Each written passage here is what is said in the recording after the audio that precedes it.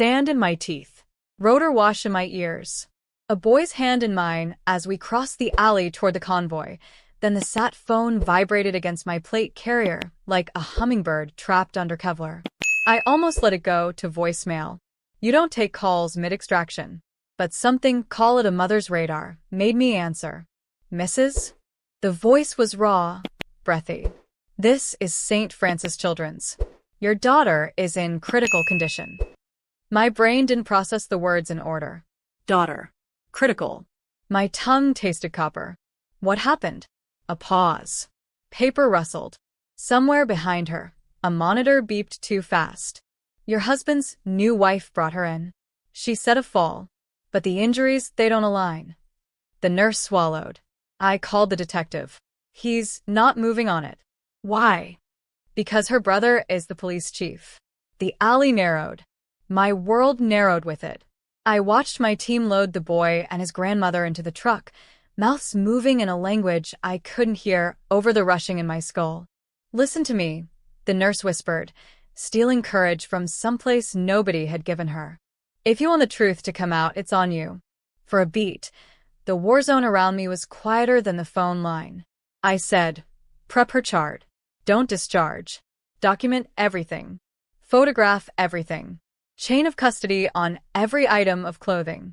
I'm 6,000 miles away, but I'm coming. Ma'am, she started. The line clicked dead. Not her fault. Mine. I was already moving. I handed my second the sat phone and the last of the instructions for the handoff. Take them to Gaziantep.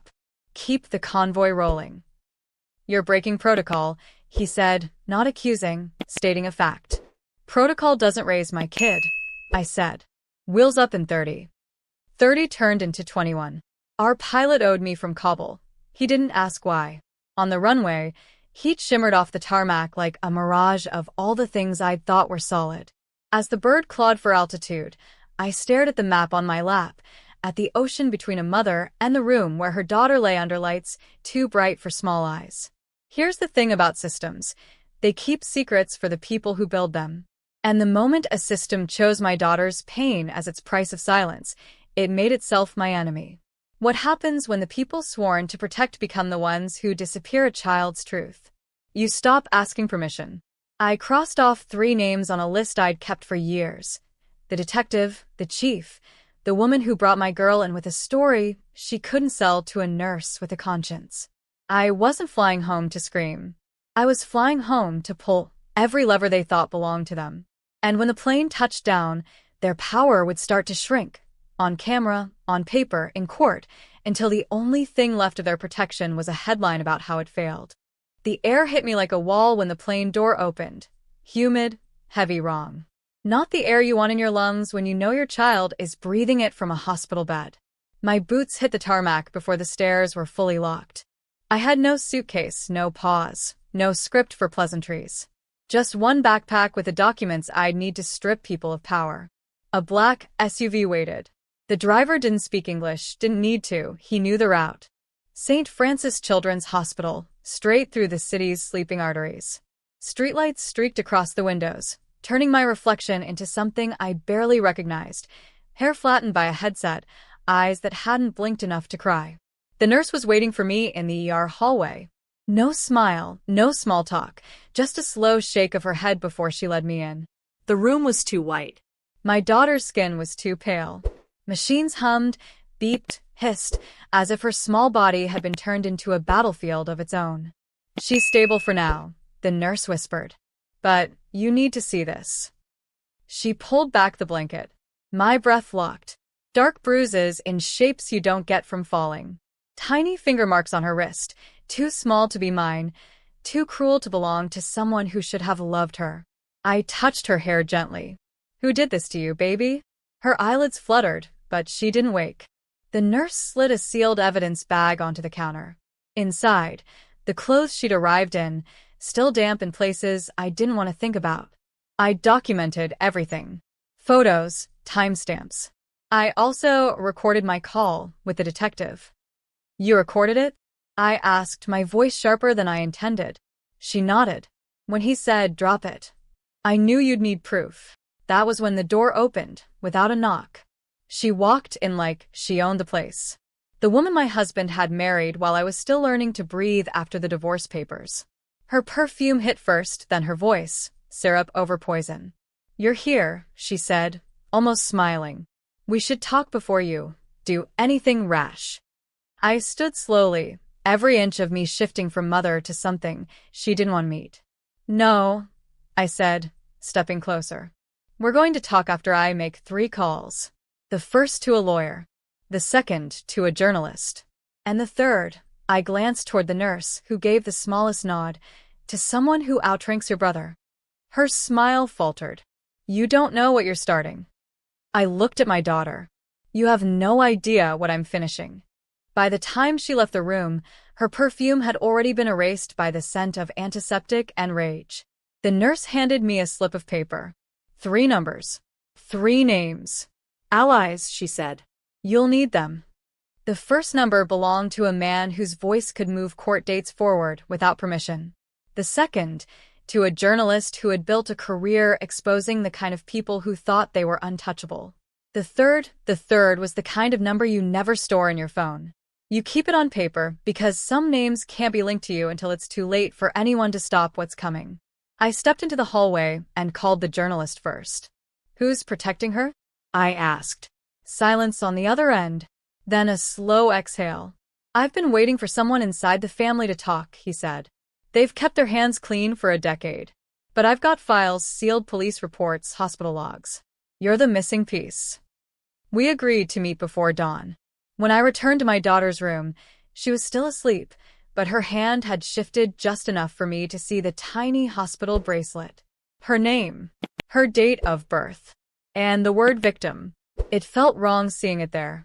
She wasn't a victim. Not anymore. I left the hospital just before 4 a.m. The city was still sleeping, but I wasn't. My cab dropped me at a side entrance to a parking garage. No cameras. No attendants.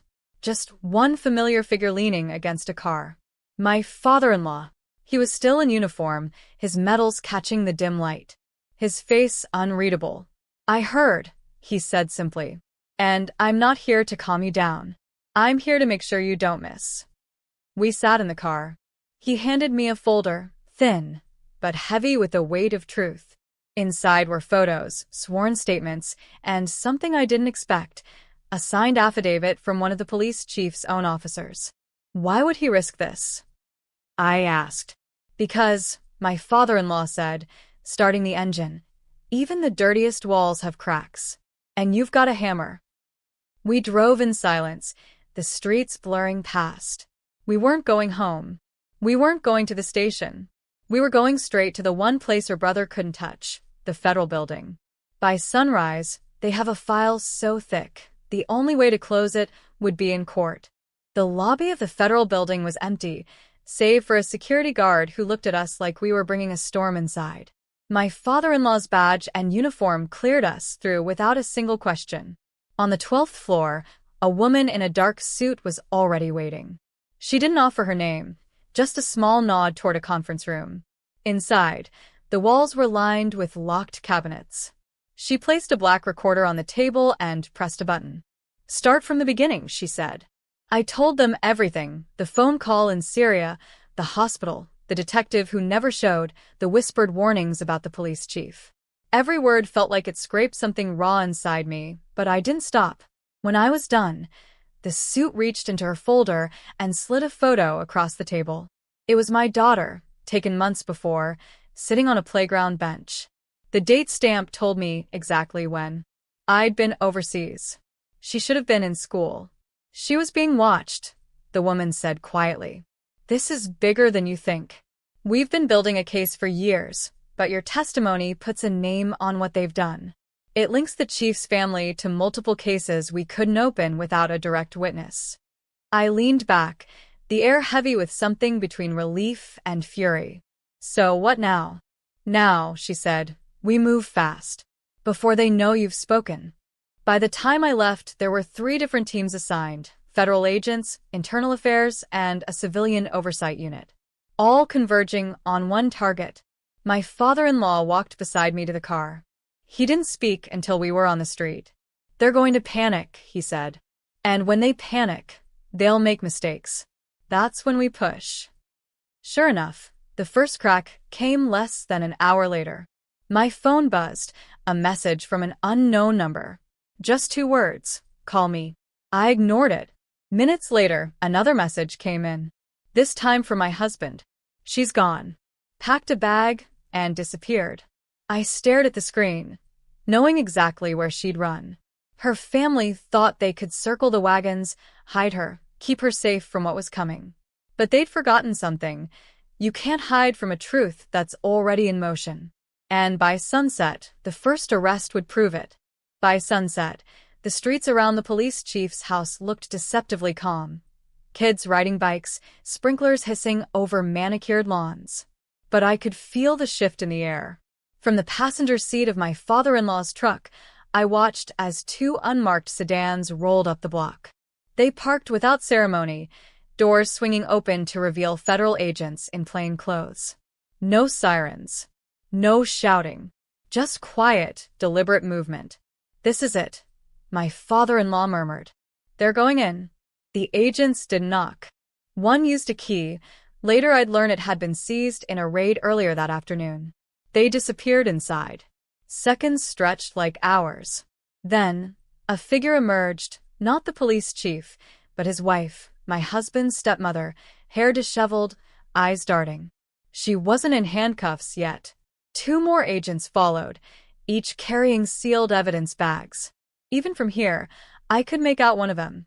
The dark leather purse I'd seen my daughter describe to hospital staff. The one she said had been used to carry something. My phone buzzed again. This time it was my husband. They're saying you've ruined everything. Dad's furious. I didn't reply. Because across the street, the police chief himself finally stepped out. No uniform, just a gray t-shirt and jeans, and wrists bound in steel. The neighbors froze mid-sentence, staring. A woman dropped her grocery bag, oranges rolling across the sidewalk. One of the agents spoke briefly into a radio, then waved to a black SUV that had been idling at the corner. They're taking him straight to federal holding, my father-in-law explained, starting the engine. No pit stops. No backroom deals. But I wasn't watching the chief anymore. I was watching the woman in the doorway, my husband's stepmother, gripping the frame like it could hold her upright. Her gaze found me across the street, and for a split second, her face drained of every trace of defiance. She knew.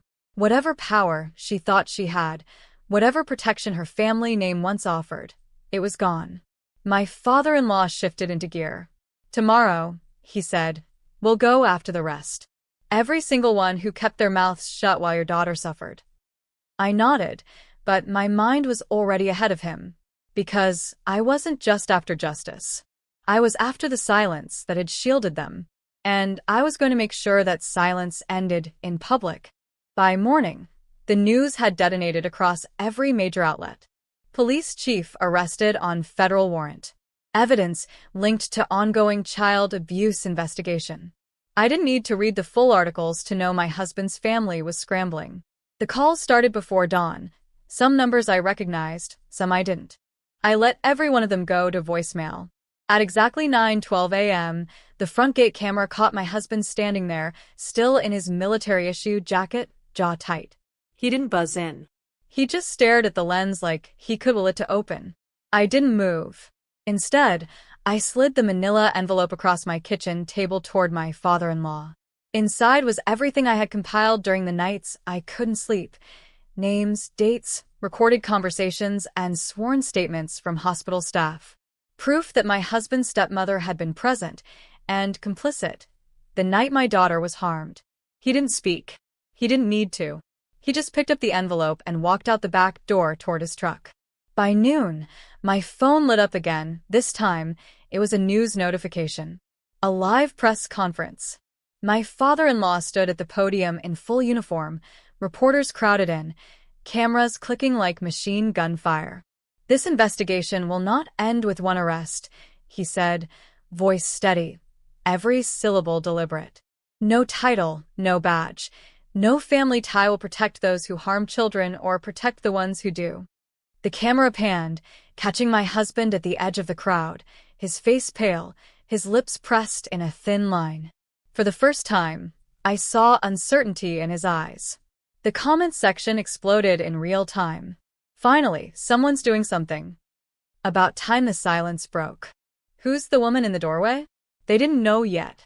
That part, the public naming, the shattering of every ounce of their control, that was coming. And when it did, it wouldn't just be a headline. It would be the moment the entire city realized that their untouchable little circle had just been split wide open. The following 48 hours were a blur of subpoenas, interviews, and the kind of silence that only comes before a storm.